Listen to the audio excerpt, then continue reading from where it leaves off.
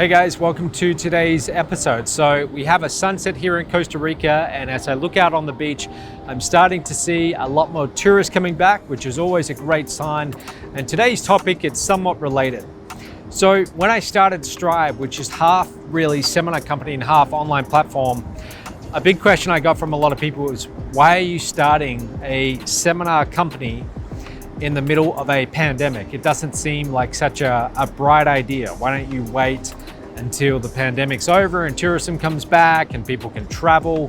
Why do it right now? And that's what I want to talk to you about today. So the first reason is, whenever I do something, I usually do it with a pretty long-term perspective. The last entity that I was involved in, which had a very sudden ending, which I don't think it's any secret at this point, but my whole mentality with that was always long-term. Everything I did with the goal that I was going to be doing it effectively for the rest of my life, or at least for many more years to come.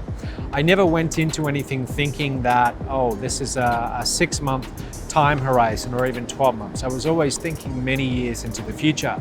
And so with Strive, I didn't know when the pandemic was going to finish, and we're still a long way from that, of course. But I think with the vaccines, a lot of us at least can see, okay, now there's an end in sight. 2021, hopefully, and who knows what's going to happen in the future, but hopefully things are going to start to open up again. So when I started finding out about this pandemic, I was actually traveling at the time. This was January, February of 2020.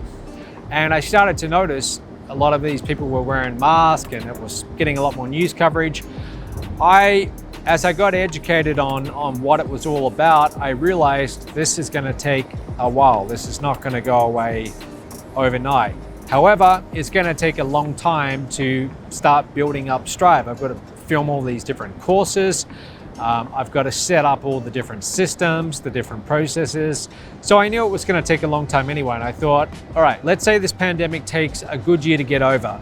At least I can use this year to put in place the foundations, because I don't want to just be sitting around doing nothing. My primary business is a hotel. And like any hotel worldwide, 2020 was not exactly a great year. Most hoteliers would have had a lot of time on their hands, and they weren't exactly that busy. So that's the last thing I want to do. I want to always be productive. I thought, okay, I'm going to work, put in place the foundations. All that's going to take time anyway. I'll focus on the online course side. And at least when 2021 comes around and things start to open up again, great, we'll be ready. We'll have everything ready to go. So I wasn't just thinking 6 months into the future. I'm thinking many years into the future. We're going to have a lot more events. They're going to be held worldwide.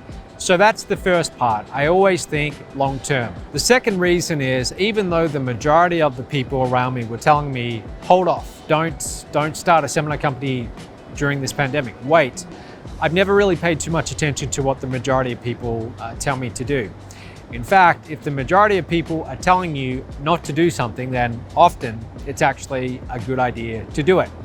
Because the majority of people, you just look at their results. Their results by definition are average. And that's okay for most people. But I have different goals. I don't want to just do average when it comes to my career and what I'm focusing on. I want to do very well. So if people are telling me not to do something, usually I take that as a clue. Okay, I probably should do that. So reason number 3 is, I also recognize that during 2020, everyone's going to be stuck in quarantine. They're going to be stuck home, and a lot of frustration has been building up. Breaks get lifted, they want to go and travel. They want to go somewhere away from home. They want to go and explore. So I thought to myself, okay, in 2020, they're going to build up a lot of desire to travel. In 2021, everything will be ready. So reason number 4 is, online learning and online platforms, the truth is they are a dime a dozen. There's a lot of them. In the English-speaking market, you've got Masterclass, you've got Udemy, you've got Coursera, you've got edX, you've got Skillshare. You've got a lot. You've got Udacity, you've got lynda.com, and those are all the giants, the big ones. But besides those, there's hundreds that you haven't even heard of. There's probably thousands of them out there, many of them just starting up, trying to get some momentum, but there's a lot of them. And information, even good quality information, even when it's professionally produced, like we're trying to do with our courses, we're trying to really increase that production value. But even then, it's turned into somewhat a commodity. You know this, I know this. You can go to YouTube right now and you can find really good information produced by excellent content creators where they put a lot of effort into the training and the production, and you can get all that free. So why would you go and pay for information? That's the question that information marketers have to keep asking themselves in 2020 and 2021. So I thought to myself, okay, why would someone join Strive if it's just information? And the answer was the quality, but there needed to be something in addition. So I thought, okay, how can we blend the seminar world with the online learning world in such a way where it would be effortless to be able to go to these seminars, where you would actually be, I don't want to say earning, but you become a member of Strive, you start getting these points, whether you like it or not, you're going to get these points. And then once you've got 6 points, which as a monthly member you get after 6 months, then you can go to these live events. And why not? I mean, why not treat yourself, you and a guest, to an all-inclusive learning vacation experience? So that's why I added the live event component, and I wasn't too concerned about timing, about launching in 2020. So those are my 4 reasons. Hopefully you got some value out of that.